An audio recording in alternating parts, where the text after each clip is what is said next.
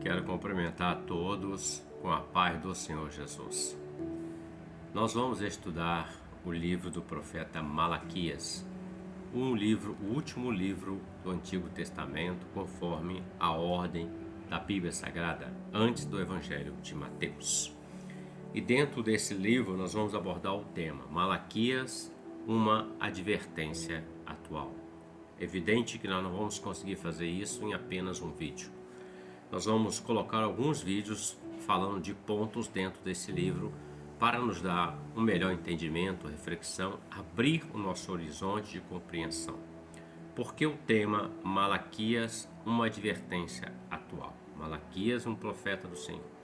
A advertência atual quer dizer, serviu tanto para aquele tempo como para os nossos dias. A palavra ela é profética e ela aponta acontecimentos passados que vão refletir também em acontecimentos futuros, para que nós não caiamos no mesmo erro do passado. Malaquias, ele tem 4 capítulos, capítulo 1, 2, 3 e 4, e nós vamos abordar conforme dentro do nossa condição e tempo também de vídeo, lógico. Muito bem, comecemos. O autor é Malaquias, um profeta, chamado pelo Senhor para ser aquele que ia trazer uma mensagem de Deus para a nação, no caso aqui, a nação do Senhor. O nome Malaquias significa mensageiro, que tem a ver com o profeta também, então ele foi um mensageiro. Um dos profetas menores da Bíblia Sagrada, o que o termo menor não significa que ele seja um profeta inferior a Isaías, por exemplo, não. Significa que pela ordem, pela classificação, o número de profecias e o tempo profético deste foi menor do que os outros. Então, todos diante de Deus são profetas, são iguais. Mas o termo profetas maiores, profetas menores, não se refere à sua grandeza em si do homem, mas o tempo de ministério, o tempo em que profetizou, o tempo de versos. Muito bem. Ele escreveu o último livro do Antigo Testamento. Quando você abre a Bíblia Sagrada, você vai ver que há Malaquias. Depois, no final, depois do capítulo 4, você vai passar uma página ou duas e vai encontrar o Evangelho de Mateus. Então se encerra um período aqui do Antigo Testamento, né? O profeta falando, Deus falando. Ele escreveu esse último livro do Antigo Testamento. Ele viveu entre o ano 500 a 460 a.C. Nada mais se fala dele na Bíblia, a não ser o que está aqui descrito em Malaquias. A tradição rabínica, ou seja, dos judeus, ela sugere que Malaquias pode ter sido um outro nome, ou ter tido um outro nome de Esdras, embora não haja evidências que comprovem isso. Qual é o propósito deste livro? Confrontar o povo com seus pecados e restaurar seu relacionamento com Deus. Foi destinado a quem? Aos judeus em Jerusalém e a todo o povo de Deus sobre a face da terra. Por isso a temática é Malaquias, uma advertência atual.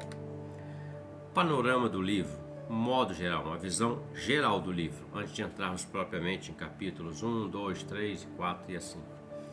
Malaquias, Ageu e Zacarias foram os profetas chamados por Deus após o exílio de Judá. Ageu e Zacarias repreenderam o povo por seu fracasso quanto à reconstrução do templo, ou seja, quando Deus dá ordem para reconstruir o templo depois do cativeiro babilônico, aquela coisa toda que nós conhecemos, então há uma exortação quanto a isso, para que o povo pudesse se voltar para Deus, para a reconstrução do templo qual Deus tinha estabelecido.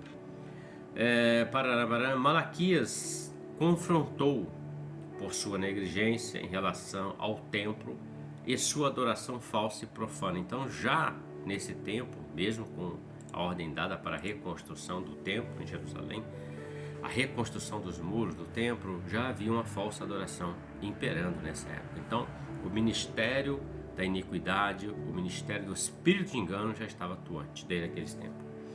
Os judeus voltaram do cativeiro extremamente esperançosos ao interpretarem que as bonitas promessas de Ezequiel e Zacarias a respeito da restauração tinha um cumprimento imediato. Muitos criam que o tempo do Messias estava bem perto. Já nesse tempo se esperava isso.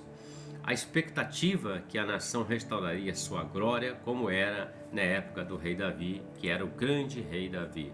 Abrindo-se um parênteses. Israel, a nação, nunca foi mais tão grandiosa quanto no tempo do rei Davi. Mas com o passar dos anos, a desilusão se instalou, a bênção e a prosperidade não se materializaram, a vida era dura, as colheitas eram fracas, os frutos insatisfatórios, um espírito de depressão se alojou na comunidade. Os sacerdotes relaxaram seus deveres sacerdotais e no ensino da palavra. Os judeus começaram a reclamar dizendo que Deus não os amava e não se importava mais com eles, diante do quadro que eles estavam passando. O primeiro livro do Antigo Testamento termina com um caixão no Egito, que fala da morte de José. Gênesis capítulo 50, verso 26. E o último com uma maldição, Malaquias 4:6, que nós vamos ler aqui mais para frente. Então veja, o primeiro livro do Antigo Testamento fala de um caixão no Egito. E o último livro, fala sobre uma maldição que viria. O livro de Malaquias traz uma reflexão sobre o perigo de brincar de ser crente. Aquele de hoje eu sou crente, amanhã não sou crente, hoje eu sirvo a Deus, amanhã não sirvo a Deus. Há um perigo quanto a isso. Então nós vamos começar, o panorama já está feito, nós vamos propriamente agora começar no capítulo 1. E nós vamos ler o capítulo 1, do verso 1 ao verso 5, para essa primeira etapa do nosso ensino. Peso da palavra do Senhor contra Israel pelo ministério de Malaquias. Eu vos amei, diz o Senhor, mas vós dizeis: em que vos amastes? Nos amastes? Não foi Esaú, irmão de Jacó? Disse o Senhor: todavia amei a Jacó e aborreci a Esaú, e fiz dos seus montes uma assolação, e dei a sua herança aos dragões do deserto. Ainda que Edom diga: empobrecidos somos, porém tornaremos a edificar os lugares desertos. Assim diz o Senhor dos exércitos: eles edificarão e eu destruirei, e lhes chamarão termo de impiedade e povo contra quem o Senhor está irado para sempre. Verso de número 5. E os vossos olhos verão e direis: o Senhor seja engrandecido desde os termos de Israel. Então, já no capítulo 1, do verso 1 até o verso 5, nós vamos ver que Deus está questionando o amor deles, o questionamento, melhor, do amor de Deus por Israel é questionado. Então o povo está questionando o amor de Deus para com eles. O povo estava insatisfeito porque eles estavam vivendo dias muito difíceis, mas eles não estavam conseguindo enxergar o que estava acontecendo diante deles, o que estava impedindo eles de receber a mão, a graça, a bondade e a misericórdia de Deus. Pois bem, a pergunta: em que nos amastes? É o que está dizendo aqui. É o questionamento. Quando o homem fala para Deus: em que o Senhor nos amou? É um questionamento cego, porque está olhando, por exemplo, para uma colheita que não deu certo, para uma enfermidade que aconteceu, para uma porta que se fechou, para uma calamidade que aconteceu, mas está se esquecendo de olhar para o Senhor, para o céu, para aquele que é o autor e consumador de todas as coisas. É um questionamento cego. Então veja, ele fala de Esaú, que também, entre aspas, é Edom, quer dizer vermelho, pai dos edomitas. O povo perseguia Israel constantemente. Então Edom, Esaú, Edom é descendência de Esaú. É aquele que foi um dos...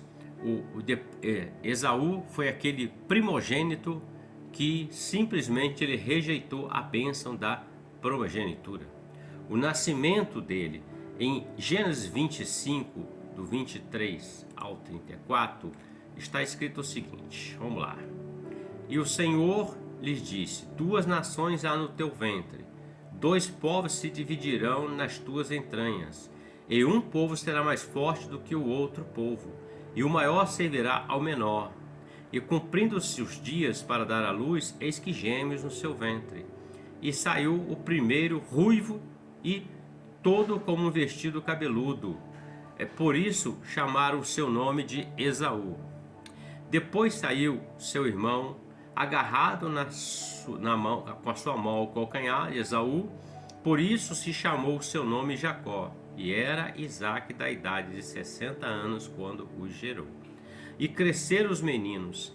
Esaú foi varão perito na caça, varão do campo, mas Jacó era varão simples, habitando em tendas. Então veja, ó. E amava Isaque a Esaú, porque a caça era do seu gosto, mas Rebeca amava Jacó. Jacó cozera um guisado, e veio Esaú do campo, e estava ele cansado.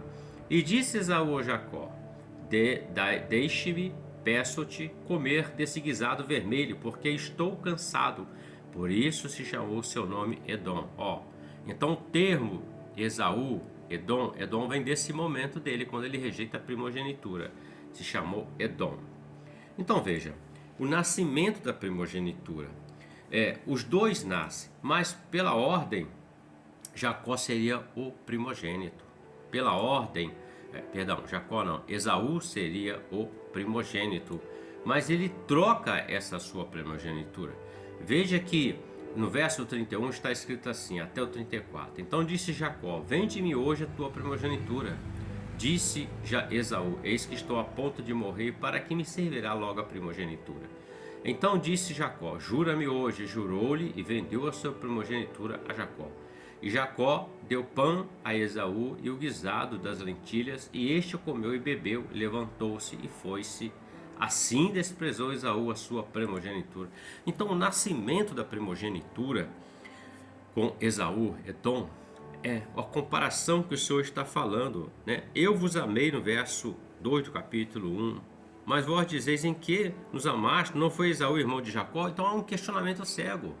É uma cegueira espiritual que não consegue enxergar aquilo que o Senhor tem para eles, ou para muitos que conseguem olhar para si mesmo.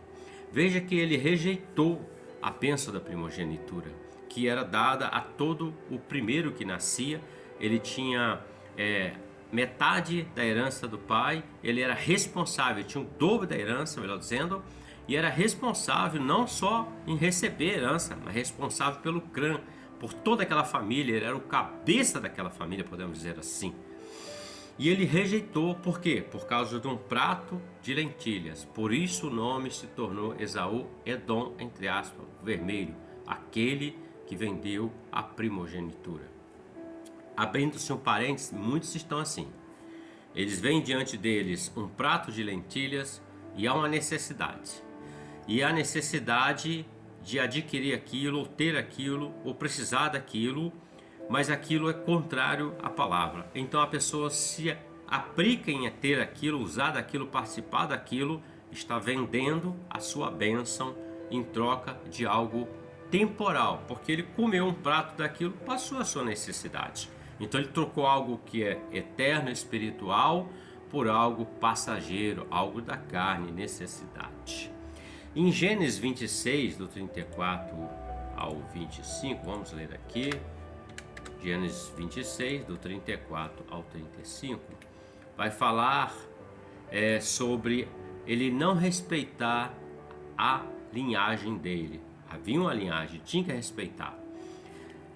Ora, sendo Esaú da idade de 40 anos, tomou por mulher a Judite, filha de Beeri, Eteu, e a Basemate, filha de Elon, Eteu. E estas foram para Isaque e Rebeca uma amargura de espírito. Então observe, dentro do clã eles tinham que casar com a mesma nacionalidade, digamos assim. Ele foi à terra estranha, pessoas estranhas, diferentes do povo dele, e ele contraiu um casamento. Um casamento quer dizer um relacionamento, um íntimo relacionamento. E isso foi um desrespeito. Nós podemos observar que tanto, Isaque e Rebeca, isso foi uma amargura de espírito para eles, porque viu aquele filho que tinha uma promessa, uma descendência de Abraão, toda uma promessa vinha sobre todo o povo, ele prefere dar sequência à sua linhagem com outros povos, se misturando com outras coisas. Para nós significa misturar-se com aquilo que não é de Deus. E isso vai gerar alguma coisa. Filhos que não são legítimos, situações que não são legítimas, e isso vai gerar um problema espiritual. Então, Esaú é essa figura. E no capítulo 28 de Gênesis, do verso 1 até o verso de número 9, nós vamos observar que ele era desobediente, maligno e fez até aliança com Ismael. Gênesis 28, do capítulo 28, verso 1 ao verso 9, declara assim: Isaac chamou a Jacó e abençoou, e ordenou-lhe e disse: Não tomes mulher de entre as filhas de Canaã. É uma ordem do pai para o filho. Levanta-te, vai a Padã-Arã, a casa de Betuel, pai de tua mãe, e toma de lá uma das mulheres filhas de Labão, irmão de tua mãe. E Deus Todo-Poderoso te abençoe, te faça frutificar e te multiplique para que seja uma multidão de povos, e te dê a bênção de Abraão, a ti e a tua semente contigo, para que em herança possuas a terra de tuas peregrinações que Deus deu a Abraão. Assim enviou Isaac a Jacó, o qual se foi a Padã-Arã, a Labão, filho de Betuel, arameu, irmão de Rebeca, mãe de Jacó e de Esaú. Vendo, pois, Esaú que Isaac abençoara Jacó e enviara a Padã-Arã para tomar mulher para si dali, e que abençoando-lhe ordenara dizendo: Não tomes mulher das filhas de Canaã. Veja, Esaú viu o que o pai fez com o filho, então ele viu aquilo, e que Jacó obedecera seu pai e sua mãe, se fora Padã-Arã. O verso 8 diz: Vendo também Esaú que as filhas de Canaã eram más aos olhos de Isaac seu pai, foi-se Esaú a Ismael e tomou para si por mulher, além das mulheres, a Maalate, filha de Ismael, filho de Abraão, irmã de Nebaiote. Então veja, ele era desobediente. Ele viu o pai dando uma ordem e ele desobedeceu o pai, porque viu que o irmão obedeceu o pai, e ele vai a Ismael. Ismael é uma descendência de Agar com Abraão. Porém, a bênção espiritual da eleição do povo estava sobre Jacó, sobre aquela herança que vinha sobre Isaac, não sobre Ismael. Então ele, para fazer afronta por se dominado pelo espírito maligno na vida dele, digamos assim, ele faz uma aliança com Ismael. Então, quando o povo está questionando: Eu vos amei, diz o Senhor, mas vós dizeis: Em que nos amaste? Não foi Esaú irmão de Jacó? Disse o Senhor: Todavia amei a Jacó, aborreci a Esaú, e fiz dos seus montes uma assolação, dei a sua herança aos dragões do deserto. Então o povo está dizendo: Em que nos amaste? O amor de Deus por Israel é questionado pelo próprio povo Israel. Edom é pai dos descendentes de Esaú, né? Em Números, capítulo de número 20, vamos ler aqui, Números, capítulo 20, para entendermos melhor, do verso de número 14 ao 21, declara-se assim: Depois Moisés, desde Cádiz, mandou mensageiros ao rei de Edom, dizendo: Assim diz teu irmão Israel. Assim diz o teu irmão Israel. Sabes todo o trabalho que nos sobreveio, como nossos pais desceram do Egito. Olha o que ele está dizendo, ele está contando toda a história do povo. Como nossos pais desceram do Egito, desceram ao Egito, e nós no Egito habitamos muitos dias. E como os egípcios nos maltrataram a nós e a nossos pais. E clamamos ao Senhor, e Ele ouviu a nossa voz, e mandou um anjo, e nos tirou do Egito, e eis que estamos em Cádiz, cidade próxima dos teus termos. Então, observem, Moisés está falando acerca: deixa-nos, pois, passar pela tua terra, não passaremos pelo campo, nem pelas vinhas, nem beberemos água dos poços, iremos pela estrada real, Não nos desviaremos para a direita nem para a esquerda, até que passemos pelos teus termos. Porém, Edom, descendência de Esaú, lhe disse: não passarás por mim, para que porventura eu não saia a espada ao teu encontro. Então os filhos de Israel disseram: subiremos pelo caminho igualado, e se eu e o meu gado bebermos das tuas águas, darei o preço delas, sem fazer alguma coisa contra. Deixe-me somente passar a pé. Porém, ele disse, Edom, no caso, não passarás. E saiu-lhe Edom ao encontro com muita gente e com mão forte. Então veja, o pai dos descendentes de Esaú, Edom, já se tornou inimigo de Israel. O juízo Deus trouxe depois sobre Edom, os edomitas. Isso está em Ezequiel 25 e Obadias 1, 21.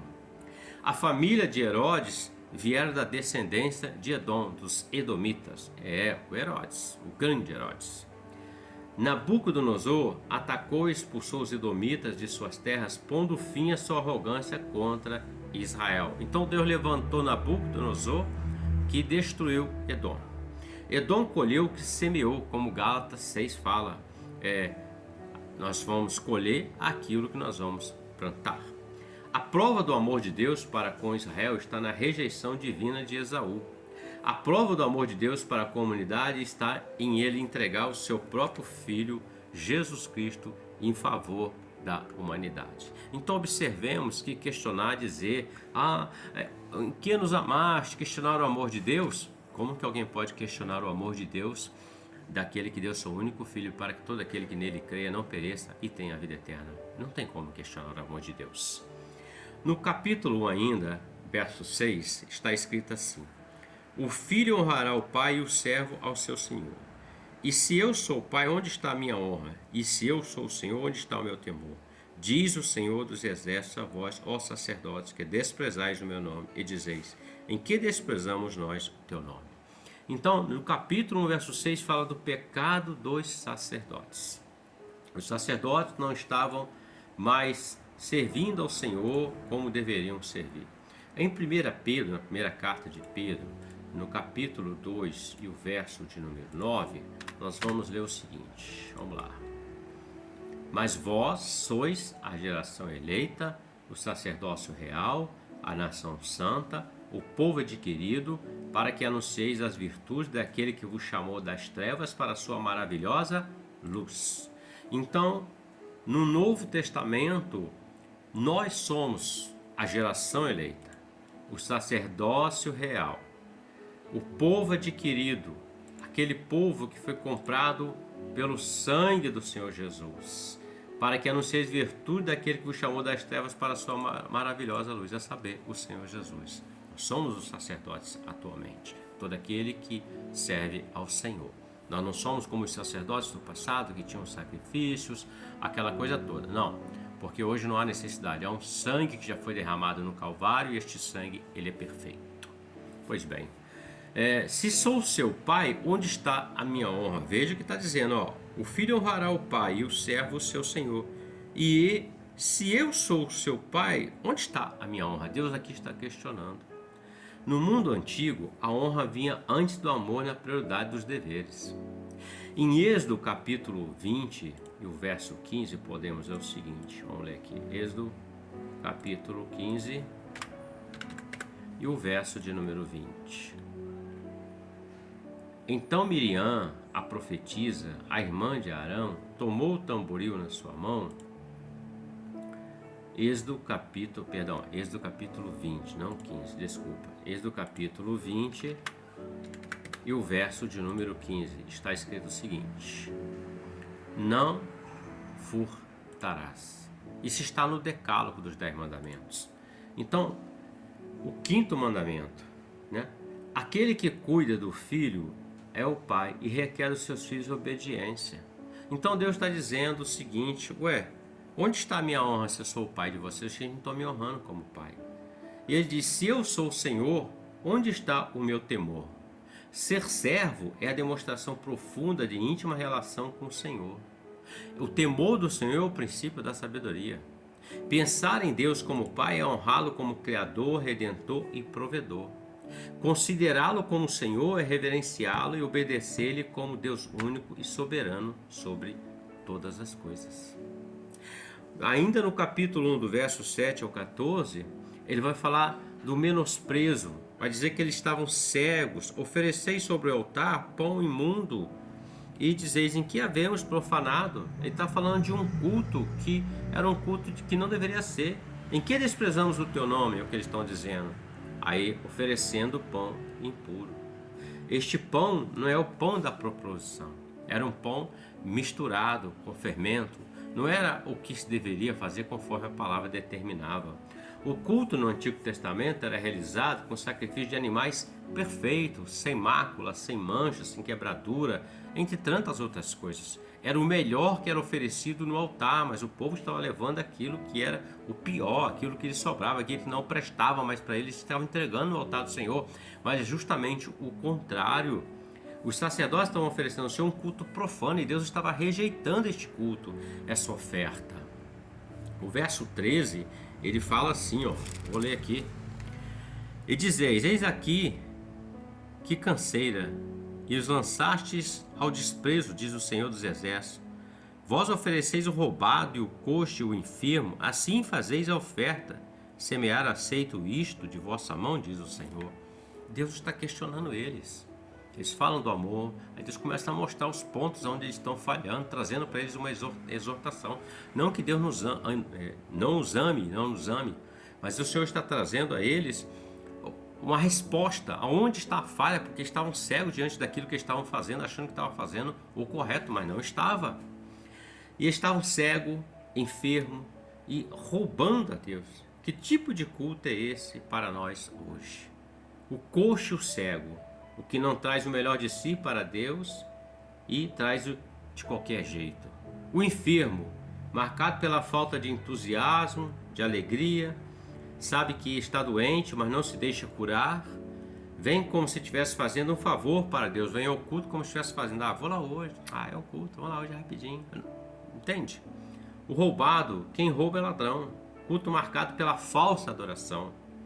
Muitos têm roubado a glória de Deus. Deus é espírito e importa que seus adoradores o adorem em espírito e em verdade. É o culto que não atrai a glória de Deus. Eles estavam menosprezando, o verso 14, eles estavam menosprezando, havia um menosprezo com o nome do Senhor, um culto sem alma, sem verdade, um falso culto, um culto maldito. Deus está colocando tudo isso. O prêmio para os falsos adoradores é a maldição, a perda da bênção do Senhor. Famílias são amaldiçoadas quando se oferece o que é profano, o que é maldito diante do altar. Então, como que deve ser a adoração ao Senhor? É o que Jesus fala em João capítulo 4, verso 23, em espírito e em verdade. O espírito, razão, vontade, consciência, a parte imortal do homem. Verdade, Jesus declarou: sou o caminho, a verdade e a vida. Então, chegar diante do altar do Senhor, de qualquer forma, oferecendo aquilo que não nos custou nada. Então, todo o capítulo 1, o Senhor está falando acerca dessas coisas. Eles começam dizendo: em que nos amaste, questionando Deus. Aí Deus começa a mostrar para eles: eu amei vocês e aborreci Esaú. Olha, se eu sou o pai de vocês, onde está a minha honra? Ele está dizendo: vocês estão trazendo para mim pão imundo, animais que não são condizentes àquilo que se pede. Vocês estão oferecendo coxo, enfermo, aquilo que está doente. Olha, pois maldito seja enganador que, tendo animal no seu rebanho, promete e oferece ao Senhor uma coisa vil, porque eu sou grande rei, diz o Senhor dos Exércitos, o meu nome será tremendo nas nações. Então, Deus está questionando e respondendo. Então, Malaquias é uma advertência atual. E neste primeiro capítulo, nós abordamos isso. Na próxima semana, nós vamos falar do capítulo 2. Dá uma olhadinha em casa, olha, porque você vai entender melhor.